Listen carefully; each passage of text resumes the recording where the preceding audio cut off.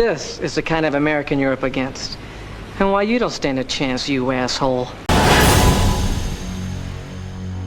Welcome to another Liquid Bullet Productions. Joining me today is an absolute great guest for you. Martial art movies, action movies, also a great martial artist, a competition fighter, Keith Vitali. Thank you, Keith, for coming on. Thank you, Lee. I'm really excited to be on your show today. So, Keith, we've got quite a lot to run through. Obviously, very well known for all your movies, No Retreat, No Surrenders, American Kickboxer, you know, just to name a few. Also, your martial art fighting career. You was a great fighter in your time. But before we go into all that stuff, can I just roll you back to the beginning, a little bit of sort of where you was born and your upbringing, etc. Sure, yeah. I'm in America. I'm on the East Coast, and I'm in the South from South Carolina. I now live in Atlanta, Georgia, but I grew up in South Carolina. Now, I started off early. My dad was in the service, and so I spent my first 4 years, my early childhood in Italy, living in Rome.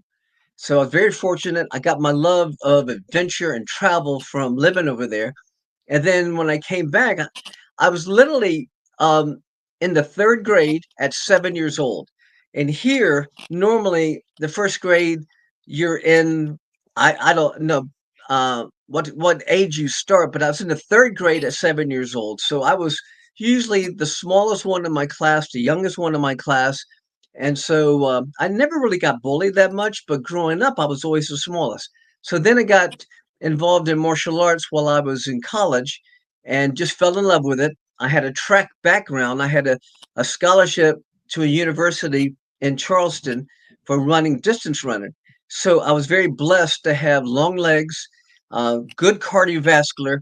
So you can imagine when I got involved in the martial arts, I'm entering a new sport where I had a really good advantage. I had good wind, so I could fight for a long time, and I had strong legs from running all the distance.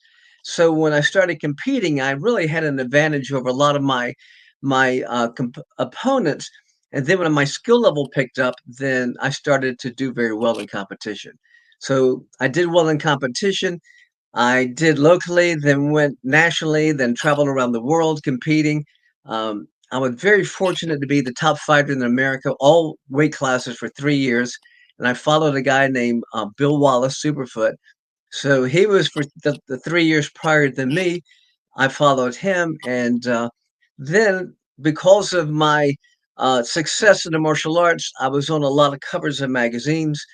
And it's the covers that really propelled me into the film world because there was a lady from Canon Films that were looking for new stars, and everybody's always looking for the next star, the newest star.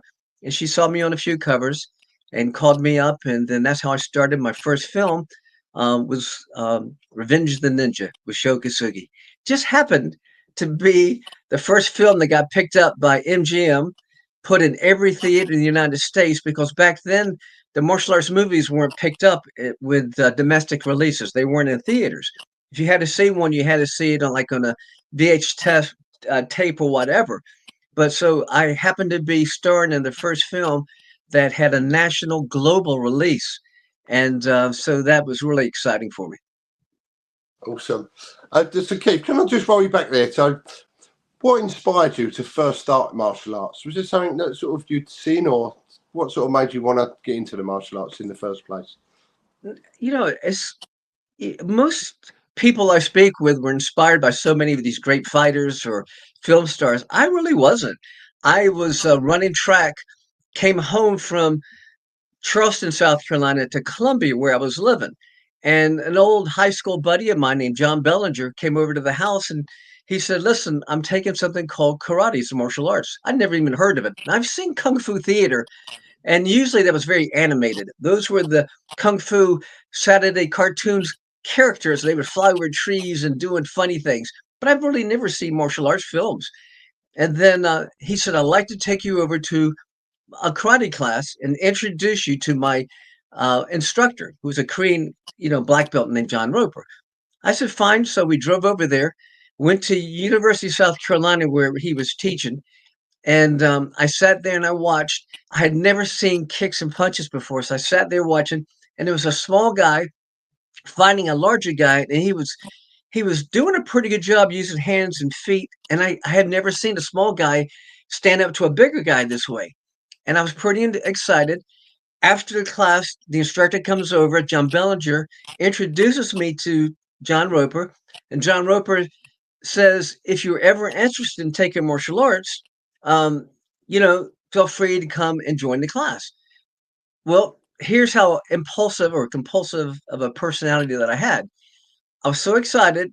I went home that day, called my track coach up, dropped my scholarship, said, I'm not coming back to Charleston. I am going to transfer, go to University of South Carolina. I went to the admissions office, got my records. I physically drove over to the admissions office in South Carolina. I handed it to him, said, I want to start going to class here. Took about a week for me to be okayed and admitted to the University of South Carolina. It was the beginning of the semester. And then I walked into my first class, and there was John Roper.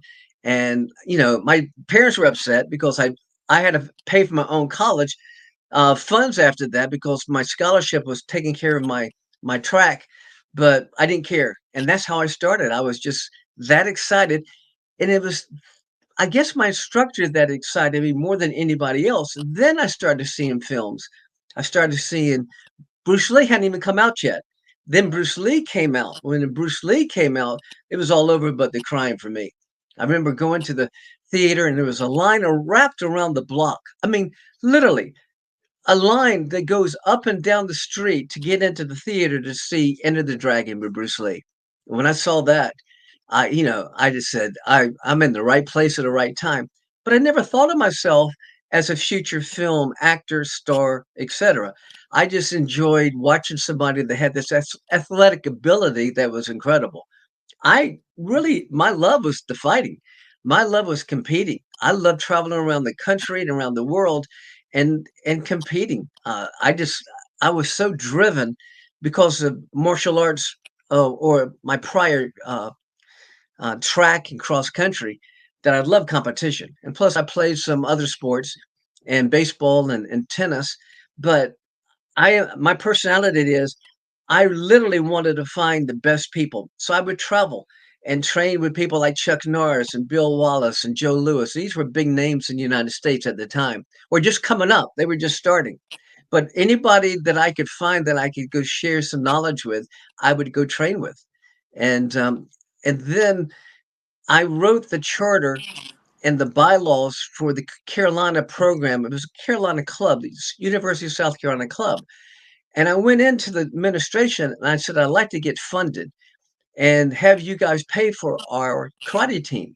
So I began, they agreed. We started one of the first collegiate karate clubs in the nation at USC. But what that afforded me was it allowed me, I had funds now to put a team together and we could then travel around the country and compete and have it paid for. In spite of us, our goal at that time wasn't to be the best fighters. We were in college.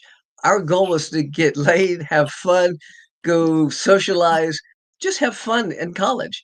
But guess what? When you travel and train and compete and fight with the best, you get better regardless if that was your intentions or not. So I didn't know it at the time. I was getting better all the time because I was training with or competing against higher caliber people from all over the country. And then before you know it, I'm entering competition and I'm doing very well. Keith, can I just ask you, what style of karate did you originally start? Was it like a traditional sort of style, like Very traditional. It's called Taekwondo. I had a Korean instructor, Taekwondo, and he forbade us when we were coming up to even enter in any other kind of tournaments. We had to just fight Taekwondo tournaments. That's the only thing they thought that was any good. So I would compete in those tournaments, but without telling my instructor, I would go off and then start competing in other tournaments as well, what we called open tournaments. I didn't know anything. Nobody was then it was the early stages of martial arts of competition. I would just go to tournaments. I'd find one, I'd go enter, and I would usually be the first person at the door. I would be, here at 7 o'clock in the morning. I don't have a cup, mouthpiece, nothing. I just have my uniform and I'm waiting. And people will come in and they go, "You're here early. I didn't know any better." I go, "Yeah, I'm just here to fight." And I love fighting that much. And then, I just started loving it. And that's how I started uh, my path of success. So Keith, when you first started the fighting, was it very much sort of the traditional Taekwondo side, and then it sort of formed into the full contact karate, which is basically the Right. sort of formality of kickboxing now, isn't it? It's you guys were sort of the Right. first generation to set that off, really, weren't you? Right. Good question. Yeah, it was pre-gear, so I had no gear. It was just hands and feet without any pads. So I started that way. And I was fairly tall, being 6 feet, so they would line you up, and then at tournaments, based on your height, and then they would split you up lightweight or whatever, heavyweight, and then you would fight for the grand championships. And that's how I started that way. But it was quite an experience. And so I progressed that way over the years. We had what we called tournament point fighting in this country and all over the world. It was a big deal all over the world at the time because um, it was popular. America's point fighting was popular all over the world. When I was on the magazine covers and I go to Europe, people would recognize me in martial arts because I was on the covers that they would have. Later, I then progressed into what they called kickboxing or full contact karate, the predecessor for MMA karate. And so I fought some full contact, about 9 bouts, full contact. And I would do like on a Saturday, I might be fighting full contact match. Then on Sunday, I might be fighting a point tournament or whatever. And I loved it. Sometimes I'd fight on a Saturday on the East Coast, win, take that money, go buy a ticket, fly to the West Coast, enter a tournament on a Sunday, and fight and win that day as well. Wow, But it that's was just quite an hardcore experience. doing that 2 days on the trot. Yeah, and there was times where I fought, 16, 17 times in a weekend. Wow, that's a lot of fighting. There must be a lot of recovery time in there with injuries and sort of stuff, isn't there? Or, Nope, I literally fought at the right time. They placed me in martial arts tournament fighting at the right era. Here I am now coming from a background of track and field and distance running. So I know I'm in better shape than anybody I'm going to fight. I don't care who you are. I am going to fight you. And when you're tired, I don't know if you've ever sparred before, but when you're tired, it's hard to pick up your hands and kick. I don't care what sport. When you get so depleted and your energy levels down and you can't move, I don't care who you are. I will beat the hell out of you if you're tired. Now, if you're in great shape, that's a whole different story. But I'll beat Bruce Lee up and his dad and Jackie Chan and his dad up if they're tired. They can't raise their hands up. Doesn't matter. So I knew going in I had a great advantage. Then I just happened to have strong legs. And I had very good form because I had a Korean instructor that just worked on power and technique. And I developed my sidekick, and my sidekick was my marquee technique. So I had a sidekick that I could literally stop anybody or hurt anybody. And then I had good cardiovascular where I could fight and not get tired. So I knew I had an advantage usually when I would go fight. And not only that, so get this, I would go to the tournament before my competition. I would go up to 7 to 8 people every tournament and go, "Hey, would you mind if we spar a little bit first?" Because I wanted to work out with 8 people before I even got in the ring one time. And everybody's was usually first they were okay, but most people got excited because I was the number one fighter in the country, and they wanted to spar with me a little bit. Now it's light sparring, we're not going that hard, but I would get the just the uh, advantage of sparring all these different people, and all that accumulated and added up to just to experience. And so I'd fight 8 people before I jumped in the ring, and I could do that because I was in such good shape. And I remember I'd fight sometimes, and I'd be ready as soon as I would fight for the finals. I go, I don't need a rest. Let's just go, because I was in that kind of shape. wow, that's amazing.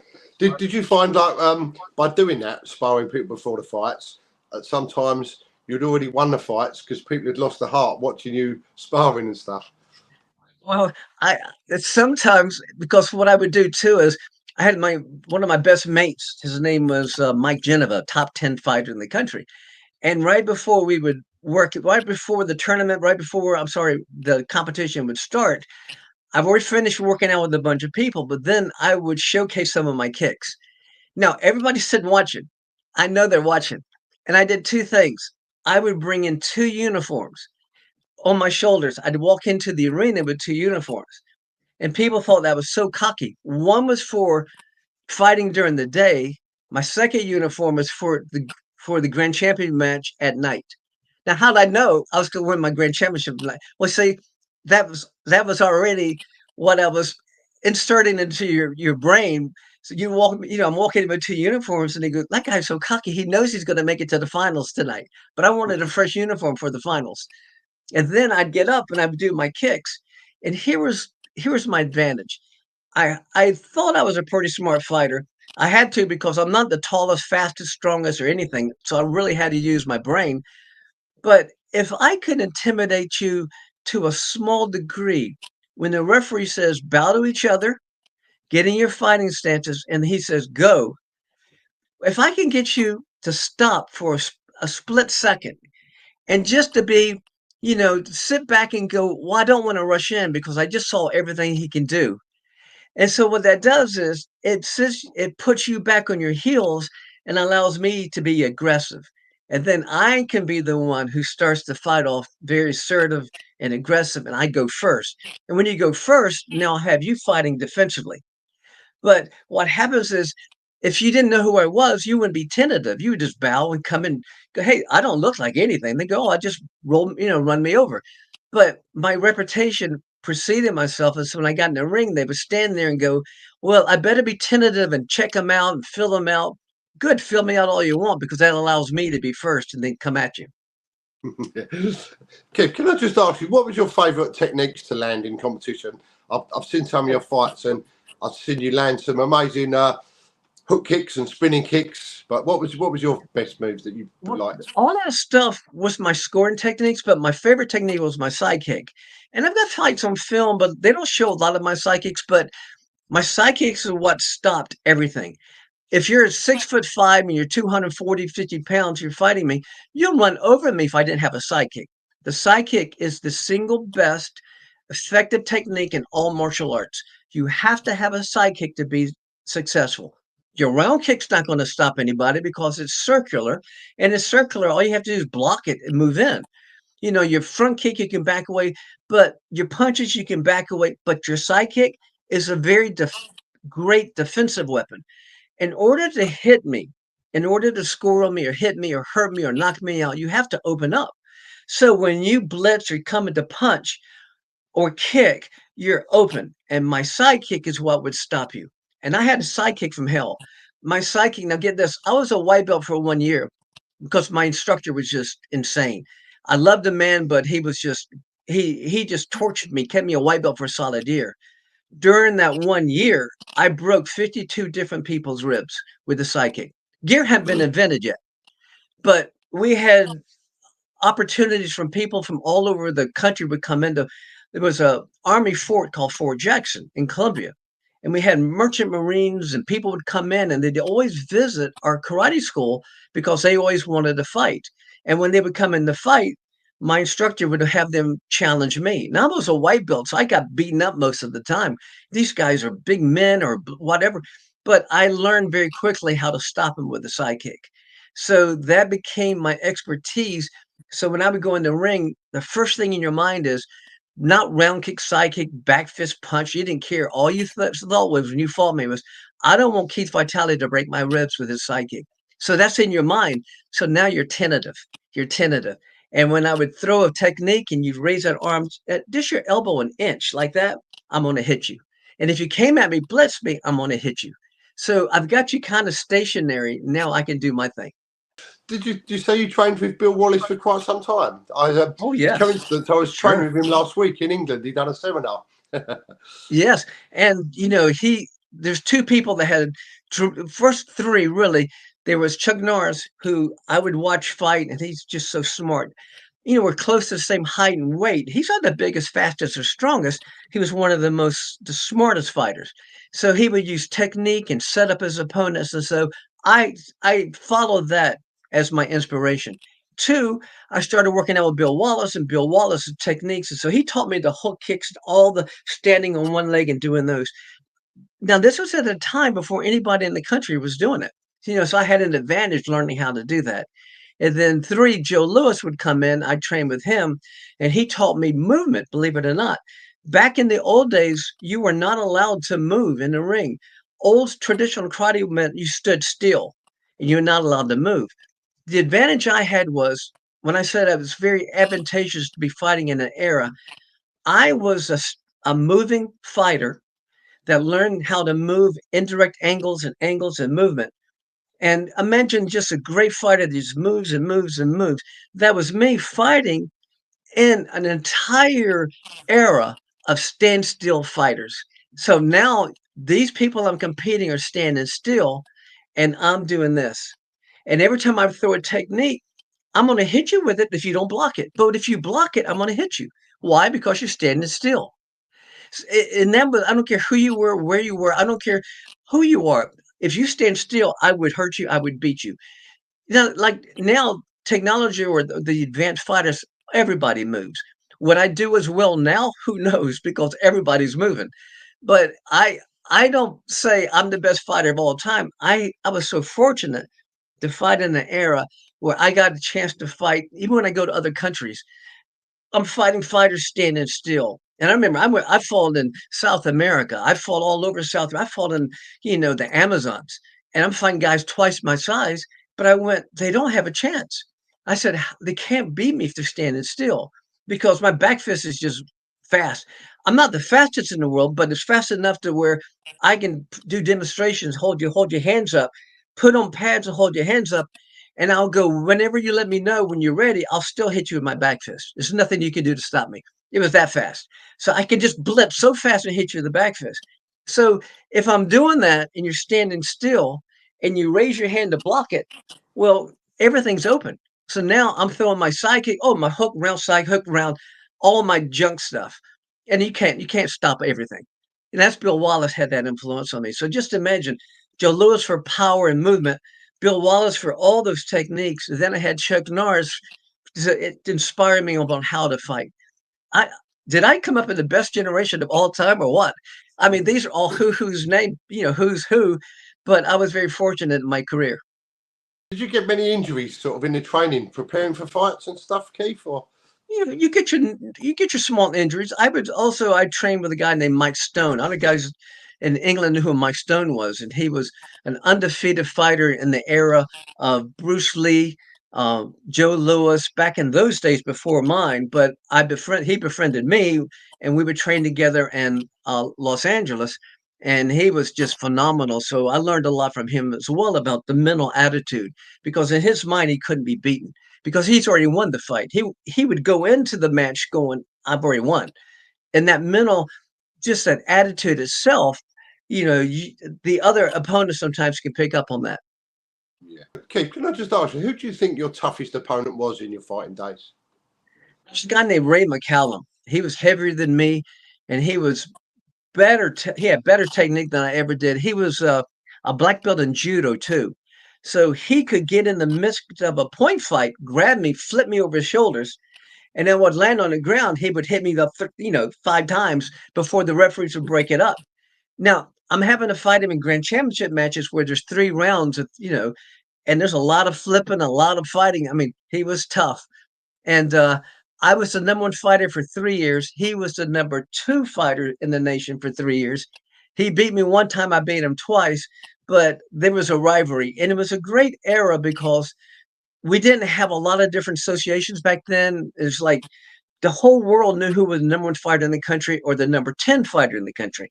We had all the magazines had the same, rating system. So this guy, he was out to get me. We're friends today. We love each other today, but back then we didn't love each other. He say things about me and I say things about him, and it'd be in print. And you say this stuff in print. And I was so fortunate because my era also had magazines. Today it's streaming. nobody knows. I guarantee in the UK or anywhere in the country, you go, who are the top fighters in the country in points or tournament fighting? You go, I don't know. There's like 100 different associations, and there's no. Well, back then, you go to the bookstore, magazine store, you pick up your magazine. Bruce Lee might be on the cover. You open it up, and they go, here are your top 10 fighters. And that's what I did. I picked my first magazine up and I saw Joe Louis and Bill Wallace and Jeff Smith and all these great fighters. I went, oh my gosh, I want to do that one day. I want to be like them. And then before you knew it, I was there. So I came in a great era. Not only that, we had the magazine covers. I was on like 13 different covers in like 1 year. So that went all over the world. And then I was a top fighter. We had the magazines followed us, did stories on us. When they do stories on you in magazines, they're creating stars. They're creating heroes or people to inspire others.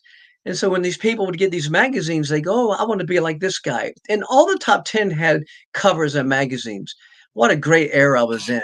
And we fought on TV a good bit as well. So we were very fortunate.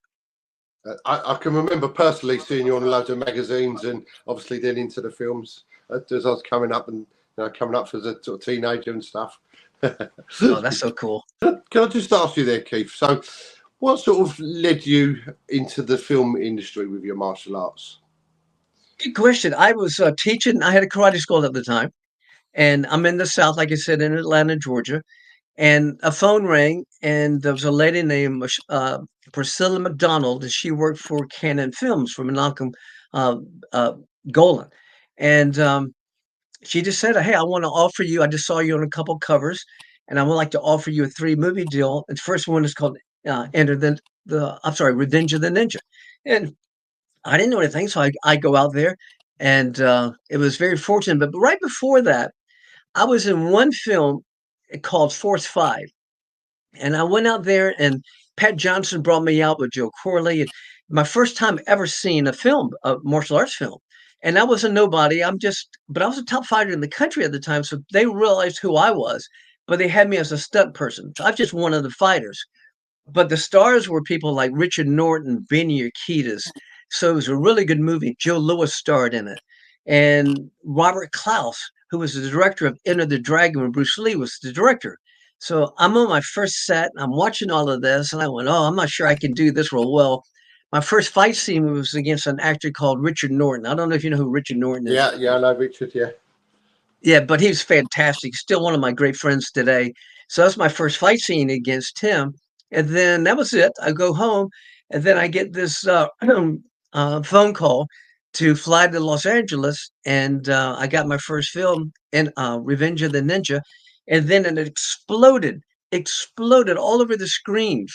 It was all over the world. I had 2 premieres. I went to Los Angeles for a premiere for a martial arts movie, my first one ever. And I know years later, I have friends like very good friends, like from the UK, Gary Daniels. He was in 30 films before he got his first, his release. Wow. And it's just hard to get to a movie theater. That's what they call a theatrical release. And I was very fortunate. My first one I star in. I'm in every theater in the whole world, basically.